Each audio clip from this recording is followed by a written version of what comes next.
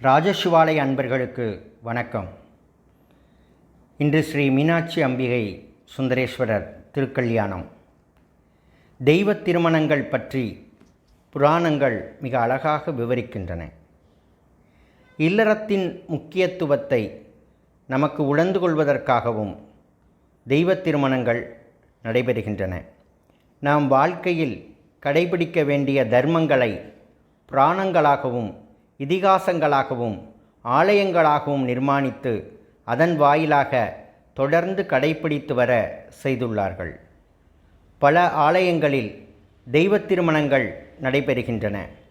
ஆனால் மதுரை சித்திரை திருவிழாவில் நடைபெறும் ஸ்ரீ மீனாட்சி திருக்கல்யாணம் மிகவும் பிரசித்தி பெற்றதாக விளங்குகிறது. தேசம் முழுவதும் தன் ஆளுமைக்கும் கொண்டு வந்த ஸ்ரீ மீனாட்சி அம்பிகை கைலையில் ஈசனை கண்டதும் அவரை மணந்து கொள்ள விரும்புகிறார்.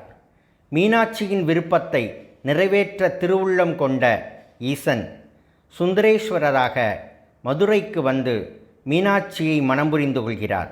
அதன் நினைவாக ஆண்டுதோறும் மதுரையில் ஸ்ரீ மீனாட்சி திருக்கல்யாணம் சித்திரை மாதம் மிக சிறப்பாக நடைபெற்று வருகிறது. அதிகாலை ஸ்ரீ மீனாட்சி அம்பிகையும் சுந்தரேஸ்வரரும் வெள்ளி சிம்மாசனத்தில் எழுந்தருளி கோயிலை சுற்றியுள்ள 4 வீதிகளில் பவனி வந்து பக்தர்களுக்கு தரிசனம் தருகிறார்கள். பின்பு வீதியுலா முடிந்ததும் இருவரும் திருக்கோவில் மண்டபத்தில் எழுந்தருளி கன்னி ஊஞ்சலாடி பக்தர்களுக்கு அருள்பாலிக்கிறார்கள்.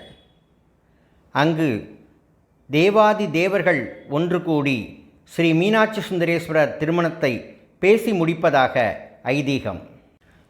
திருமணம் நிச்சயிக்கப்பட்டதும் ஸ்ரீ மீனாட்சி அம்பிகையும் சுவாமி சுந்தரேஸ்வரரும் புது பட்டுகள் உடுத்தி அழகிய ஆபரணங்களை சூட்டி திருக்கல்யாணம் நடைபெறும் மண்டபத்திற்கு எழுந்தருளுகிறார்கள். ஸ்ரீ மீனாட்சி அம்பிகையை தாரை வார்த்து கொடுப்பதற்காக திருப்பரங்குன்றத்திலிருந்து ஸ்ரீ பவளக்கனிவாய் பெருமான் மண்டபத்திற்கு எழுந்தருளியிருக்கிறார்.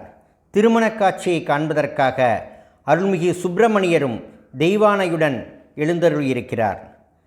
இறைவனின் அருளை பெறுவதற்காக தேவாதி தேவர்கள், அனைத்து நாட்டு அரசர்கள், திருமணமான தம்பதிகள், 1000 பிறை கண்ட சான்றோர்கள், திருமணம் நடைபெற வேண்டி நல்ல வரன் வேண்டி வந்துள்ள கன்னி பெண்கள், குமரர்கள் என திருமண மண்டபம் நிறைந்து கண்கொள்ளா காட்சியாக விளங்குகிறது.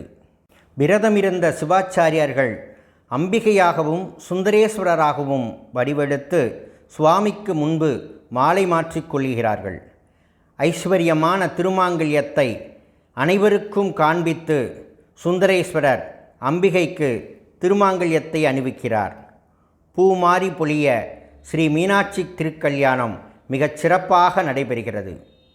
சுந்தரேஸ்வரர் ஸ்ரீ மீனாட்சி அம்பிகைக்கு திருநான் பூட்டிய பிறகு சுமங்கலி பெண்கள் தங்களுடைய மாங்கல்யம் பலம் பெறுவதற்காக புதிதாக தாலிக்கயிறு மாற்றிக்கொள்கிறார்கள்.